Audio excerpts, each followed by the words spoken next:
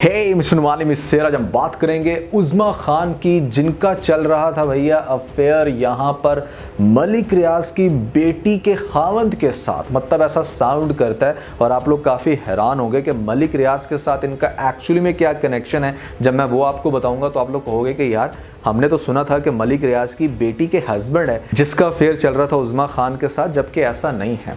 आप लोगों का ये कॉन्सेप्ट क्लियर करूंगा, आप लोगों को मैं स्टोरी थोड़ी सी बताने की कोशिश करूंगा। बहुत सारे लोग कंफ्यूज हो रहे होंगे कि ये कौन सा टॉपिक है, तो यहाँ पर आपको बताऊंगा कि क्या हुआ था उज़्मा खान के साथ। अब ये उज़्मा खान कौन है? ये एक एक्ट्रेस है, पाकिस्तान की बहुत सारी मूवीज में उन्होंने काम किया है।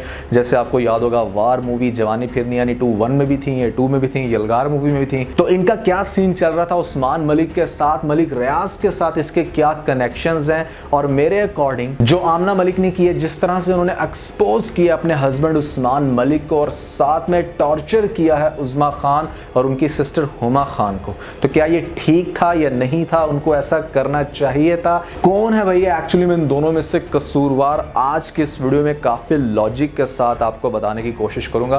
फिर जो नए लोग आए मेरे चैनल पर जल्दी से दबा दें सब्सक्राइब का बटन, पुराने लोग जल्दी से कर लें मुझे इंस्टाग्राम पे फॉलो, यहाँ @नमालीन, क्योंकि आपके सभी क्वेश्चंस के आंसर मैं वहां पर करने वाला हूं। वीडियो करते हैं जल्दी से लाइक ताकि हम स्टार्ट कर सकें बहुत ही सुपर डुपर रिव्यू। तो चले आगे बढ़ते हैं।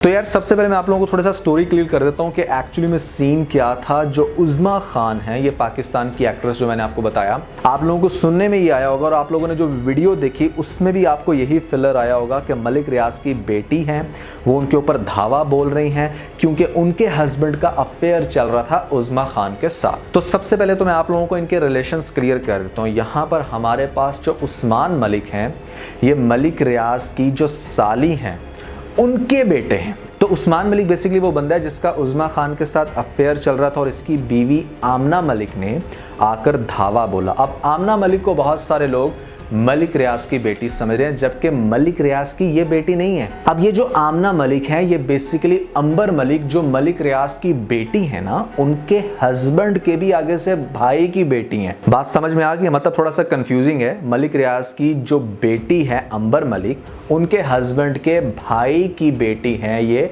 आमना मलिक। तो इस तरह से बेसिकली इनका कनेक्शन बनता है मलिक रियाज का। मलिक रियाज का तो बेसिकली दोनों के साथ कनेक्शन बनता है। अब इसी वजह से ये वो मेन रीजन थी जिसकी वजह से उस्मान मलिक यानी कि जो बंदा जिसका अफेयर चल रहा था इन लड़कियों के साथ, उज़्मा खान या यहाँ पर चलो आप कह लो कि हुमा खान, उसकी बहन के साथ भी कोई चक्कर चल रहा होगा, तो उनको ज़्यादा एक्सपोज किया गया। क्यों? क्योंकि उनके कोई आगे पीछे नहीं है, वो यहाँ पर काम करती हैं फिल्म इंडस्ट्री में। और उस्मान मलिक का भी बेसिकली चूंकि मलिक रियाज के साथ कनेक्शन है, तो उसको एक्सपोज करने के बजाय, यानी कि अपने हस्बैंड के ऊपर अटैक करने के बजाय, उसको वीडियो में सामने लाने के बजाय अपने गार्ड से उसको मार पड़वाती ना। क्योंकि अगर तुम यहाँ पर मोरालिटी की बात कर रही हो तो मोरालिटी को तो सबसे ज्यादा वो खुद अनवेट कर रहे हैं। तो आपने इन दोनों लड़कियों के ऊपर क्यों इतना जुल्म किया? क्या सोच के आपने धावा बोला? मेरा इसके ऊपर क्या ओपिनियन है? तो सबसे पहली तो बात यह है कि अगर आपकी शादी को 13 साल हो गए हैं और 13 साल के बाद भी आपका हस्बैंड आपका नहीं बन रहा, आपको ऐसा लगता है कि वो आपको चीट करता है या वो किसी दूसरी औरतों के पास जाके सोता है, तो एक सिंपल सा काम है, आप उससे डिवोर्स ले लो। आपके पास इतना पैसा है, यहाँ पर आप पैसे के नशे में आके किसी के घर में कूद के उसको मार पिटाई करके वीडियो बना के आप ये साबित करना चाह रहे हो कि आप बहुत पावरफुल हो। तो पावरफुल औरत तो जिंदगी की किसी भी स्टेज पे हो, किसी भी एज में हो, उसको भी 25 साल का लड़का बड़े आराम से मिल जाता है। हमारे यहाँ ऐसे बहुत सारे लोग हैं जो आपके साथ एडजस्ट कर लेंगे। अगर आपका हस्बैंड आपके साथ एडजस्ट नहीं करना चाह रहा, वो किसी दूसरी लड़की में इंटरेस्टेड है, किसी एक्ट्रेस में है या किसी में भी है, तो लेट देम डू यार whatever they want. I mean आप कौन होते हो कि आप किसी के घर में घुस के उसके ऊपर आप पता नहीं क्या शराब गिरा रहे हो, अपने गार्ड्स को कह रहे हो कि इसको दूसरे कमरे में लेके जाके इसके साथ ज्यादती करो। मतलब मैं तो हैरान हो गया यार, इस तरह पावर का नशा आपको पागल बना देता है और आप पता नहीं क्या समझते हो कि आप किसी की ज़िंदगी के साथ भी कुछ भी करोगे। देखो मैं यहाँ पर ये बिल्कुल भी नहीं कह रहा कि उज़्मा खान को दूध की धुली है या उसने कुछ गलत नहीं किया होगा। डेफिनेटली उसका अफेयर था और अफेयर आजकल किसके नहीं होते यार, हर दूसरे इंसान के अफेयर होते हैं। लेकिन आपको किसी के साथ भी कोई जेलसी नहीं होनी चाहिए। ठीक है, दुनिया लोगों से भरी पड़ी है, अगर वो इंसान आपका नहीं बना तो कोई दूसरा इंसान आपका बन जाएगा। देखो हमारी जो फिल्म इंडस्ट्री है ना, यहाँ पर जितने भी एक्टर हैं, एक्ट्रेस हैं, I am really sorry to say, क्योंकि मैं लोगों की बहुत ज़्यादा बात करता हूँ। एक चीज़ मैं पहले भी बहुत सारी वीडियोज़ में क्लियर कर चुका हूँ कि ये इंडस्ट्री किसी के साथ कंप्रोमाइज़ किए बिना चलती ही नहीं है। यहाँ पर भाई कास्टिंग काउच वाला सीन है, सिंपल सी बात है। बहुत सारे एक्टर एक्ट्रेस इस चीज़ को एडमिट कर चुके हैं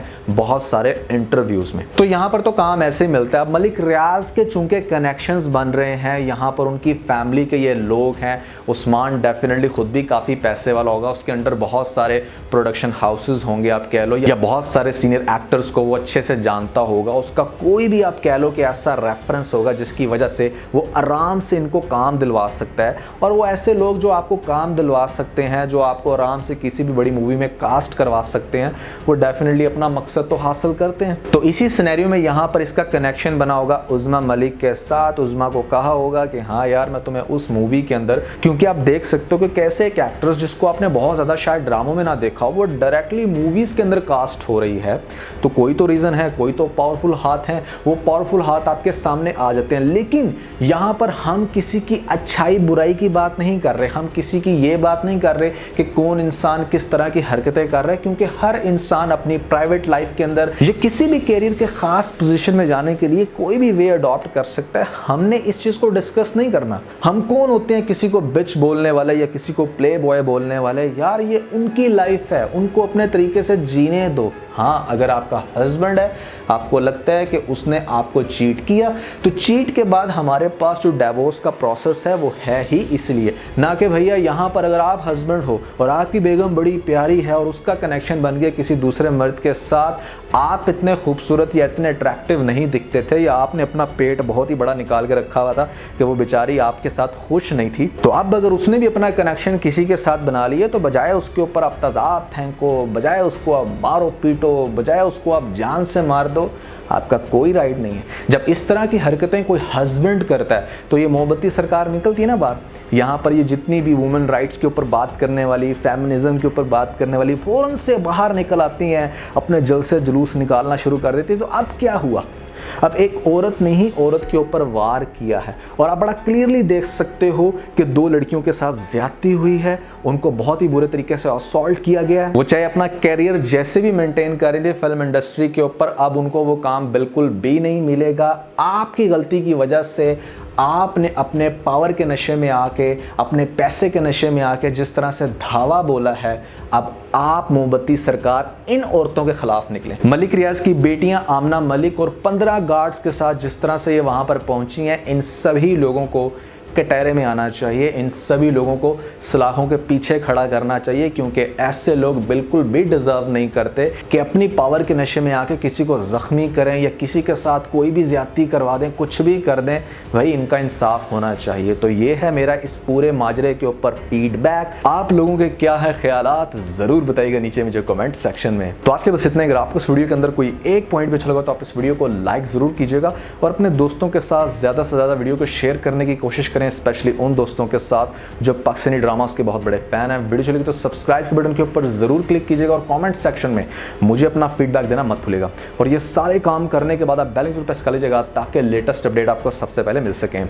इसके साथ अपना बहुत सारा ख्याल रखें। Stay motivated and God bless you. Hey mister Malim is here और आज हम बात करेंगे 2020 के 3 फजूल तरीन ड्रामों के बारे में, ऐसे ड्रामों के बारे में जिनमें बड़े बड़े एक्टर्स ने काम किया। यहां पर डायरेक्टर भी कोई छोटे डायरेक्टर नहीं थे, बहुत ही कमाल के सुपर्ब ड्रामा बनाने वाले डायरेक्टर्स। और सबसे बढ़ के भैया ड्रामों की प्रमोशन ऐसे की थी कि जैसे पता नहीं कौन सी बलाएं आ रही हैं, लेकिन जब ड्रामे लॉन्च होते हैं तो पता चलता है कि इनसे हुआ सिर्फ टाइम वेस्ट। अभी तक ये ड्रामे चल रहे हैं। तो भैया कौन से हैं ये 3 ड्रामे जो कि मेरे अकॉर्डिंग इंतहा दर्जे के 2020 के फजूल ड्रामे हैं। इन ड्रामों को देख के सिर्फ आपका टाइम वेस्ट होगा, और टाइम इज मनी। आज के दौर में आपको अपना टाइम सही जगह पर लगाना चाहिए। मतलब अगर आपने एंटरटेनमेंट भी लेनी है तो आपको वो चीज देखनी चाहिए जिसको देख के आपको कुछ सीखने को मिले और यहां पर आप एंजॉय भी करो। लेकिन ये जो 3 ड्रामे हैं इंतहा दर्जे के फजूल ड्रामे होने के साथ साथ गलत मैसेज भी रखते हैं। तो भैया ये कौन से हैं 3 ड्रामे, आज की इस वीडियो में आप लोगों को बताने वाला हूं। और जो नए लोग आए हैं मेरे चैनल पर तो जल्दी से दबा दें सब्सक्राइब का बटन। पुराने लोग जल्दी से कर लें मुझे इंस्टाग्राम पे फॉलो, यहां @नुमान, क्योंकि आपके सभी क्वेश्चंस के आंसर मैं